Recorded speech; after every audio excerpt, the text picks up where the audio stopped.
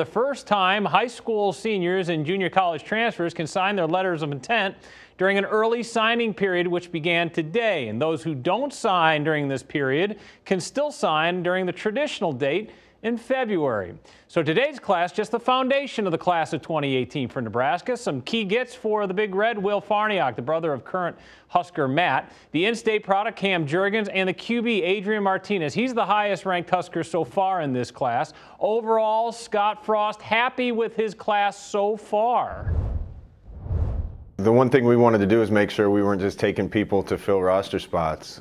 We're not going to take guys unless we think they're good football players that fit us. They're good people that are going to flourish in Lincoln, Nebraska. We feel great about the group of guys that have signed, and we're going to go look for some more.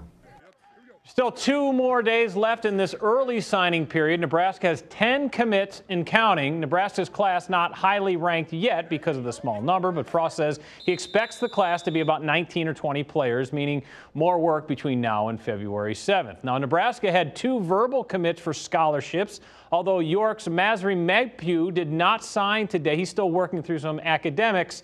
But Scott Frost did get his other in-state target. With more, here's KETV News Watch 7's Matt Lothrop reporting in Beatrice.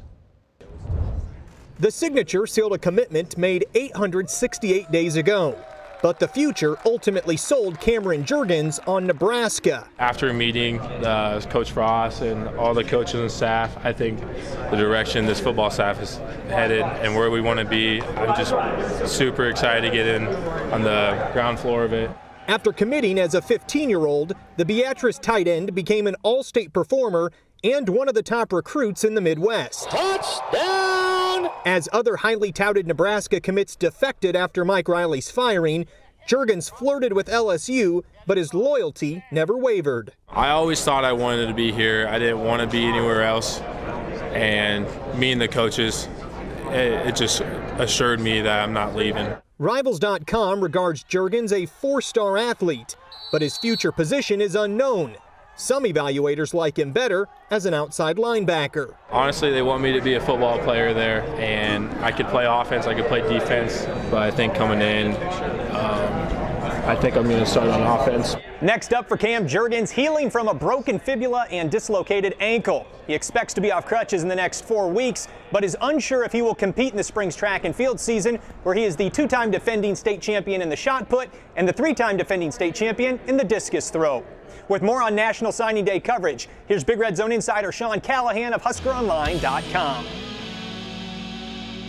I think maybe the biggest thing that jumps out about this recruiting class for Nebraska initially is it's far from being the finished product. I expect Nebraska to sign a number of more players from now until the February signing day. So don't overreact to the rankings right now because Scott Frost and his staff is far from done. But what I do like right now is, number one, they've gotten back into the junior college markets, and I love the signing of Greg Bell at running back, the #1 ranked junior college running back in the country. And Nebraska a year ago had one of their worst production seasons ever from the running back position. So I expect Bell to come in and start and have a shot to start. And I think when you look at the quarterback position, they got their guy in Adrian Martinez, who's going to be here right away to compete for that starting job. In Lincoln, I'm Sean Callahan of HuskerOnline.com for KTV News Watch 7 Sports. All right.